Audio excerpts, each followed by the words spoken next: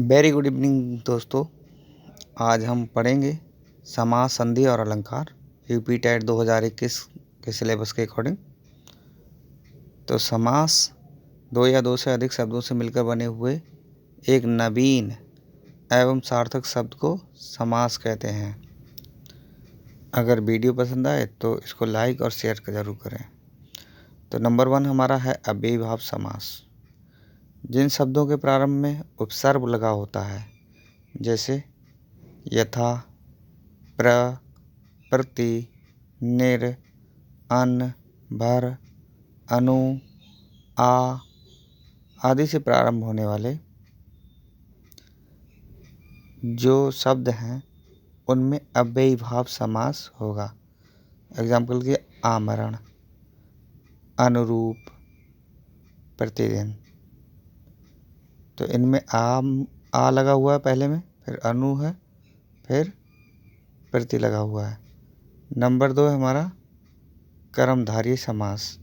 जब एक शब्द दूसरे शब्द की विशेषता बताए तो वहाँ पर हमारा होता है कर्मधारय समास। जैसे महात्मा, यानी कि दूसरे शब्द क्या है, आत्मा, उसकी विशेषता बता रहा है महान आत्मा।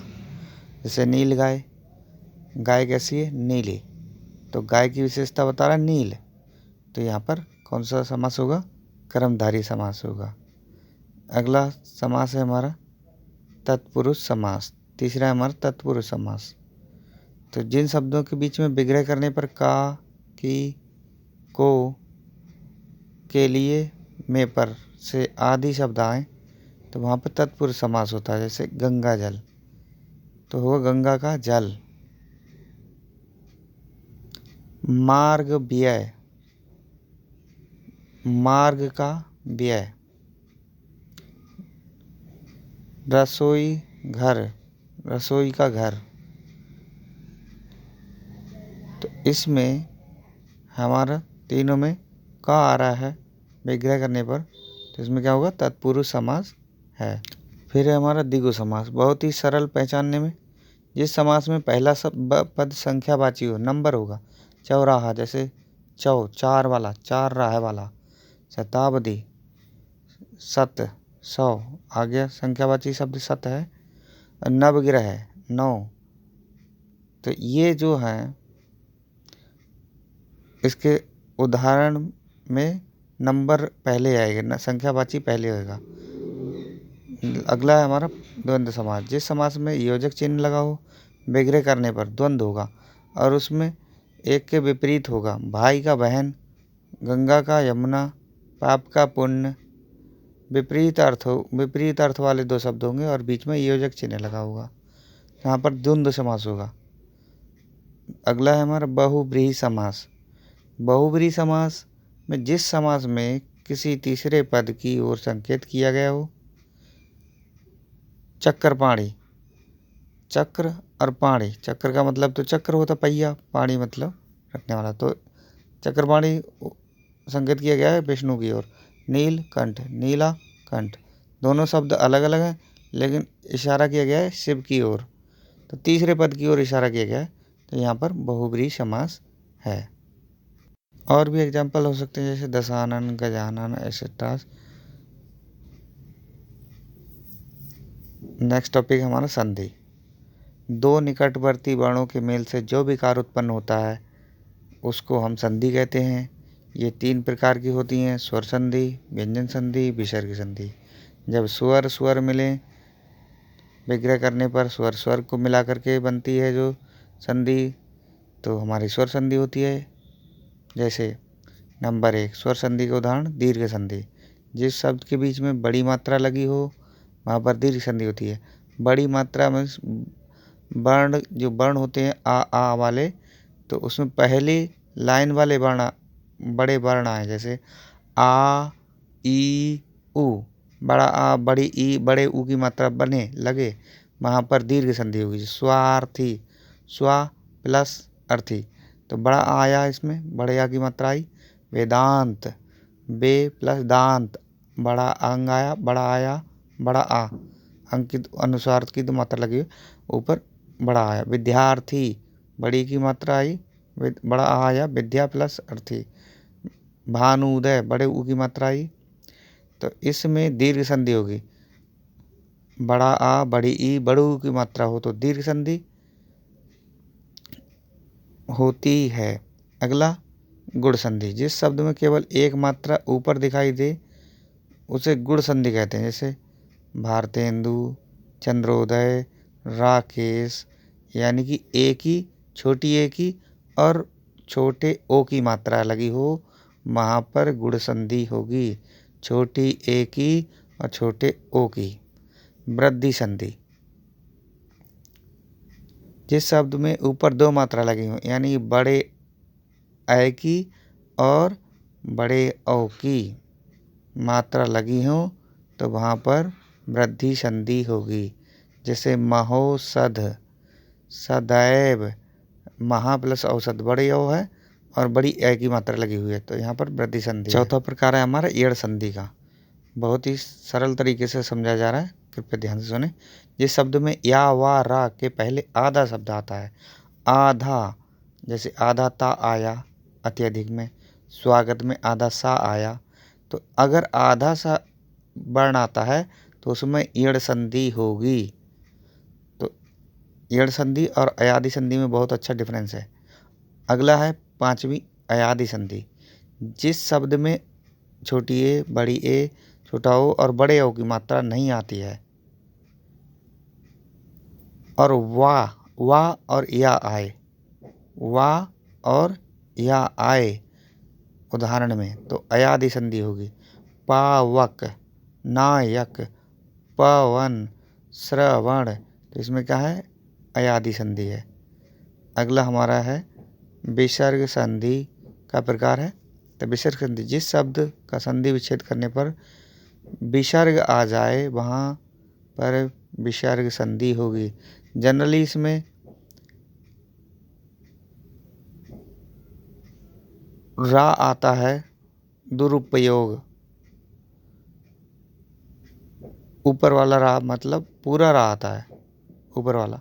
निर्भय, दुर्गुण, अगर इनमें जनरली अगर ऐसे आए तो हमारा क्या होगा, विसर्ग संधि होगी। नेक्स्ट हमारा व्यंजन संधि। संधि विच्छेद करने पर व्यंजन के बाद स्वर या व्यंजन आता हो, एक तरफ स्वर दूसरी तरफ व्यंजन या दोनों तरफ व्यंजन आए, तब क्या होगा, व्यंजन संधि होगी। जैसे दिग्गज में दिक् प्लस गज, का एक तरफ का आया है दूसरी तरफ गा आया है, दोनों तरफ व्यंजन है तो व्यंजन संधि होगी। दिगंबर में दिक् प्लस अंबर, एक तरफ व्यंजन है दूसरी तरफ स्वर है, तो एक भी तरफ व्यंजन हो तो वहाँ पर व्यंजन संधि होगी। तो काव्य की शोभा बढ़ाने वाले शब्दों को अलंकार कहते हैं। ये दो प्रकार के होते हैं, शब्दालंकार और अर्थालंकार। शब्दालंकार के निम्नलिखित भेद हैं। नंबर 1 अनुप्रास अलंकार, जहाँ एक ही वर्ण की बार बार आवृत्ति हो। कुल कानन कुंडल मोर पंख और पे वनमाल विराजत है, तो यहाँ पर क्या है, रिपीट हुआ है। ला और ना का रिपीट हुआ है, दोनों वर्णों का आवृत्ति हुई है। अगला हमारा यमक अलंकार, जहाँ एक ही शब्द हो, शब्द एक हो, दो या दो से अधिक बार आए, शब्द एक हो और दो या दो से अधिक बार आए और अर्थ अलग हो। ध्यान से सुनना, शब्द एक हो, दो या दो से ज़्यादा बार आए और अर्थ अलग हो, वहाँ पर क्या होगा, यमक अलंकार होगा। कनक कनकते सौगुनी मादकता दिखाए, व खाए बोराए जग या पाए बोराए। कनक कनकते शब्द एक ही है लेकिन दो बार आया है और दोनों बार अलग अर्थ है। अगला है श्लेष अलंकार, जहाँ एक शब्द हो अनेक अर्थ हो। धरन धरत चिंता करत फिर चितवहु चौर, सुबरन को ढूंढत फिरत कभी व्यभिचारी चोर। यहाँ पर सुबरन केवल एक ही शब्द है, सुबरन, तो उसको लोग कभी भी ढूंढ रहा है, व्यभिचारी भी ढूंढ रहा है, चोर भी ढूंढ रहा है, सबके संदर्भ में अलग अलग अर्थ है, तो श्लेष अलंकार है। अगला प्रकार है हमारा अर्थ अलंकार। इसमें पहले नंबर उपमा अलंकार, जब वाक्य में योजक चिन्ह और सा सी से, ध्यान से सुनना, वर्ण आएगा सा सी से अगर ये शब्द आते हैं तुल्य, सम, समान, जैसा, ज्यों, सरिस के समान आदि शब्द आ जाएं तब वहाँ पर उपमा अलंकार होगा। काम सा रूप, प्रताप, दिनेश सा, तो यहाँ दोनों में सा आ रहा है। सोम सा शील है, राम महीप का, तो ये जो सा आया है इससे ये पता चल रहा है कि उपमा अलंकार है, जबकि रूपक में सा नहीं आता है। अगला हमारा रूपक अलंकार। जब केवल योजक चिन्ह आए और सा, सी से आदि शब्द ना आए, जैसे मन सागर, मनसा, लहरी, बूढ़े बड़े बहे अनेक, शशि मुख पर घूंघट डाले, अंचल में दीप छिपाए, तो इसमें सा नहीं आया है।